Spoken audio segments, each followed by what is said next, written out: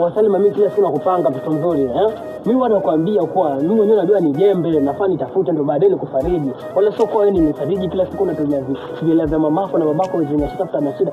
Mimi naumia Salima. Kama unataka kunielewa cheki. Mimi sasa nisikize na tuamuzi wa kiume. Toka leo. Ukishaka simu yako, sitaki kuona simu yako tena kwenye simu yangu.